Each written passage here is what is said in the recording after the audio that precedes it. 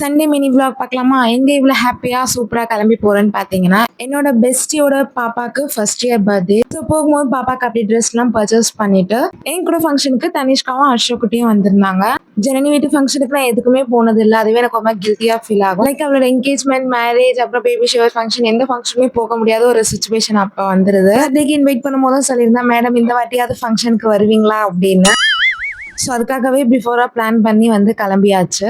ஃபைனலாக ஒரு 4 இயர்ஸ் கழிச்சு என்னோட ஃப்ரெண்டை நான் இன்னைக்கு தான் பார்க்குறேன். ரொம்ப ஹாப்பியாக ஆகிட்டா. அந்த மொமெண்ட் எனக்குமே ரொம்ப ஹாப்பியாக இருந்துச்சு. அண்ட் வீக் செல்லதுக்கும் என்னோட பர்த்டே விஷஸ்லாம் சொல்லிட்டு பாப்பா கூட கொஞ்ச நேரம் பேசி ஃபன் பண்ணிட்டு இருந்தேன். அப்புறம் ஃபோட்டோஸ்லாம் எடுத்துட்டு கிஃப்ட்டுமே கொடுத்துட்டு பர்த்டே கேக்லாம் சாப்பிட்டுட்டு அவ்வளோ பிஸி டைம்லேயே கொஞ்ச நேரம் வந்து என் கூட பேசிட்டு இருந்தா. ரொம்ப ஹாப்பியாக இருந்துச்சு.